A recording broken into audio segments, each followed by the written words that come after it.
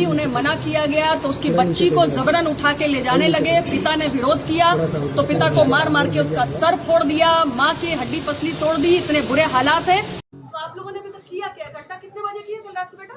9 बजे। मतलब 24 घंटे तो होने वाले। अभी तक क्या हुआ?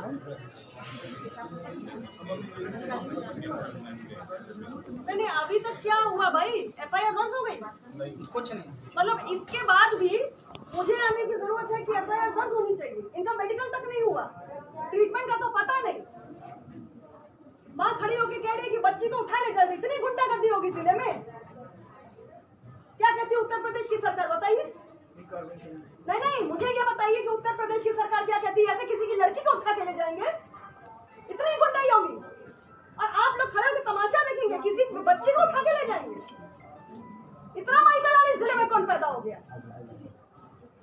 आपको बताया ना परिवार ने उनकी बच्ची को उठा के ले जा रहे थे और आप लोग कुछ कार्रवाई नहीं करेंगे। अभी तक FIR नहीं हुई। क्या करूं मैं? आपके SP के कार्यालय पर पहुंच जाऊं? नहीं, मैं ये पूछ रही हूँ कि अभी तक कुछ क्यों नहीं हुआ? क्या चाहते हैं आप? जीरो टॉलरेंस, यही बोला जाता है ना? कहाँ है जीरो टॉलरेंस? मुझे बताइए। सम्मानित मुल्क के मालिकों, मैं बौद्ध भिक्षु सुमित रतन, कमेरा समाज की नींव डालने वाले अपना दल के संस्थापक आज हमारे बीच में नहीं हैं। उनका नाम सोनेलाल पटेल था। पूरे उत्तर प्रदेश में, खास तौर से पिछड़े समाज में, पटेल और कुर्मी समाज में उनका बहुत अच्छा दबदबा था। उनकी बेटी है अनुप्रिया पटेल। हालांकि पूरे परिवार में झगड़ा है राजनीतिक सत्ता प्राप्त करने के लिए, राजनीतिक हिस्सेदारी के लिए। लेकिन कल मैंने एक वीडियो देखा, मिर्ज़ापुर में सामंती लोगों ने, जातिवादी लोगों ने, ठाकुरों ने, मुख्यमंत्री के जाति के लोगों ने कुर्मी समाज के लोगों को बहुत मारा, उनके घर पर हमला कर दिया, लहूलुहान कर दिया, जवान उनकी बेटी को उठाया। इसकी खबर पाकर केंद्रीय मंत्री, मोदी सरकार में केंद्रीय मंत्री, अपना दल की अध्यक्ष अनुप्रिया पटेल जी वहां पहुंची और देख करके बहुत निराश हुई, बहुत हताश हुई। और पहली बार हमने किसी केंद्रीय मंत्री को इतना हताश, निराश होते हुए देखा है। मैं आज आपको बताना चाहता हूं, जो लोग शॉर्टकट का रास्ता अपनाते हैं, जो अपनी संस्कृति विचारधारा को छोटे सुख के लिए, छोटे लाभ के लिए छोड़ देते हैं, वह अपना व्यक्तिगत फायदा कर सकते हैं, लेकिन समाज का, संस्कृति का, विरासत का वो रत्ती भर भी फायदा नहीं कर सकते हैं। यही आलम है अनुप्रिया पटेल जी का। उन्हें सत्ता सुख मिला, बड़े बड़े पद मिले, बड़े बड़े ओहदे मिले, लेकिन वो अपने समाज की रक्षा नहीं कर पाई। उन्होंने ये निवेदन किया है कि 2 घंटे में अगर इस समस्या का समाधान नहीं हुआ तो हम मुख्यमंत्री के पास पहुंचेंगे। सोचिए, मुख्यमंत्री के लोग, मुख्यमंत्री के परिवार के लोग घर में घुस के मार रहे हैं, क्या उन्हें न्याय मिलेगा? मैं पुराने इतिहास की तरफ आज आपको ले जाना चाहता हूं। आप लोगों ने छत्रपति शिवाजी का नाम सुना होगा। वह शासक बने और बहुत बड़े शासक बने। आक्रांता उनसे कांपते थे, डरते थे। लेकिन जब राज तिलक की बारी आई तो अपने आप को ऊंचा और श्रेष्ठ मानने वाले ब्राह्मणों ने शिवाजी का राज तिलक करने के लिए मना कर दिया।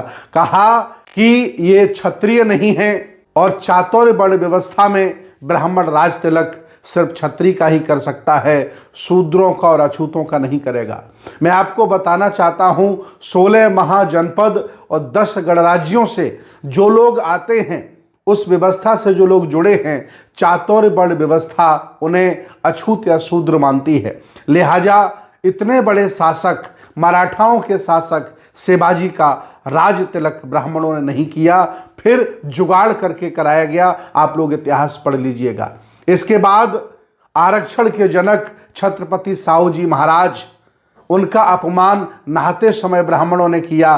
कहा एक शूद्र को नहलाने के लिए ब्राह्मणों के नहाने की कोई ज़रूरत नहीं है। अर्थात जब उन्हें लगा कि मेरा स्वयं राजा होकर इतना अपमान ये ब्राह्मण कर सकते हैं, तो हमारे समाज का कितना अपमान होता होगा। और उन्होंने एक बहुत बड़ा कल्याणकारी कदम उठाया। वंचितों को हक, वंचित, असहाय, कमजोर और कमेरा समाज के लोगों को 50% आरक्षण देकर वो आरक्षण के जनक बने। बाद में रामस्वरूप वर्मा जैसे लोग और बहुत सारे लोग इस मुहिम को आगे बढ़ाते रहे। बुद्ध, अशोक, फुले, साहू, अंबेडकर समतावादी सोच और कमेरावादी आंदोलन को चलाते रहे। बाद में अपना दल के राष्ट्रीय अध्यक्ष सोनेलाल जी भी आए, उन्होंने भी इसी विचारधारा से अपने आप को आगे बढ़ाया। आज उनकी बेटी जिस संस्कृति, सभ्यता, विचारधारा से आई हैं, उस संस्कृति, सभ्यता, विचारधारा को छोड़कर वह सत्ता सुख पाने के लिए बीजेपी में है। और आज वो इतनी लाचार हैं कि वो खुद मंत्री हो सकती हैं, खुद उन्हें सुरक्षा मिल सकती है, हवाई जहाज से चल सकती हैं, लेकिन वो अपने समाज के किसी एक गरीब आदमी की मदद नहीं कर सकती हैं। इसका कारण ये है कि उन्हें आपके वोट के लिए आपका इस्तेमाल करना आता है और आप इस्तेमाल भी हो जाते हो। उनका स्पष्ट कहना है कि आप आए हो, लाभ ले लीजिए, लेकिन समाज को आगे बढ़ाने की मुहिम मत चलाइए। इसलिए बहुत सारे लोग, हक वंचित, असहाय, कमजोर समाज के लोग जो सामंती सोच वाली पार्टियों में गए हैं, उन्होंने अपना तो भला कर लिया, लेकिन वो समाज का रत्ती भर भी भला नहीं कर पाए। आज मैं कुछ उदाहरण आपको देना चाहता हूं। सामाजिक न्याय और गैर बराबरी के आंदोलन से पैदा हुए आदरणीय नीतीश कुमार जी आज कहां हैं, किसके साथ हैं, जिनकी बदौलत भाजपा सरकार चला रही है। महाराष्ट्र में आदरणीय एकनाथ शिंदे जी, आप इनको अच्छी तरह से जानते हैं, वो भी सत्ता सुख पाने के लिए उनके साथ चले गए जिनके साथ उन्हें नहीं जाना चाहिए था। हार्दिक पटेल बहुत बड़ा नाम था, उन्होंने भी कसम खाई थी गैर बराबरी की इस व्यवस्था को खत्म करूंगा और सामाजिक न्याय के लिए लड़ूंगा और आगे चल करके हक वंचित, असहाय, कमजोर लोगों का शासक बनूंगा। वो भी पता नहीं क्यों, कौन सा उन्हें लाभ मिला, वो भी उसी समुद्र में डूब गए जिसमें सब डूब रहे हैं।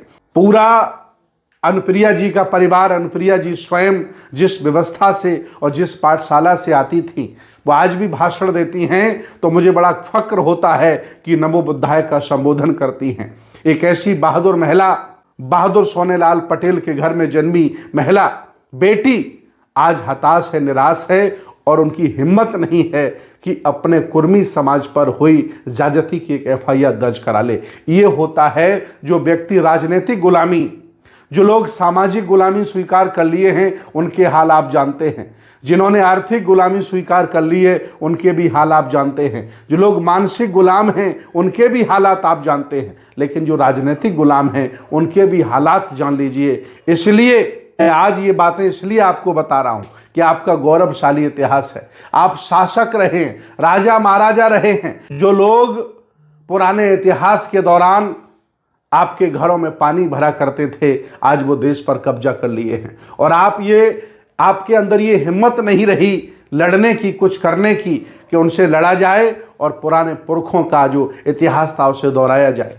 मैं निवेदन करूंगा कि अपनी संस्कृति, सभ्यता को मत छोड़िए, अपनी विरासत को मत छोड़िए।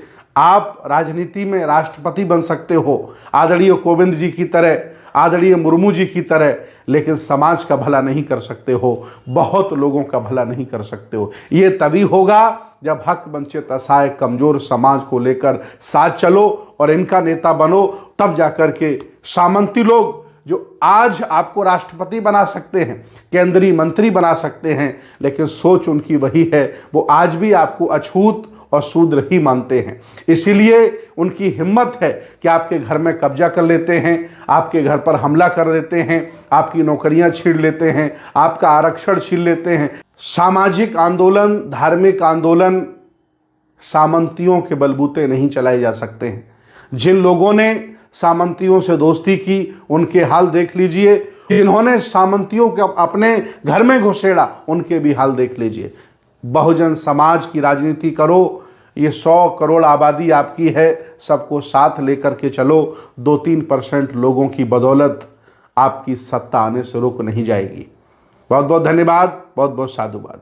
मेरा पार्टी का कार्यकर्ता है और विंध्याचल थाना क्षेत्र के अंतर्गत का ये प्रकरण है। कार्यकर्ता के घर में घुस के लोगों ने शराब पी, उन्हें मना किया गया तो उसकी बच्ची को जबरन उठा के ले जाने लगे। पिता ने विरोध किया तो पिता को मार मार के उसका सर फोड़ दिया, माँ की हड्डी पसली तोड़ दी। इतने बुरे हालात हैं और इतनी शर्मनाक बात है कि अभी तक हमारी पुलिस सो रही है। हमारे उत्तर प्रदेश की और देश की सरकार 0 टॉलरेंस पे काम करती है।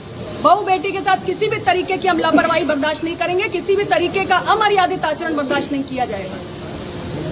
और ये हालात मैंने निर्देशित कर दिया है, 2 घंटे का मैं समय दे रही हूं। अगर एक्शन नहीं हुआ, FIR नहीं हुई, तो ये सब सीधे ये मामला मुख्यमंत्री के पास जाएगा।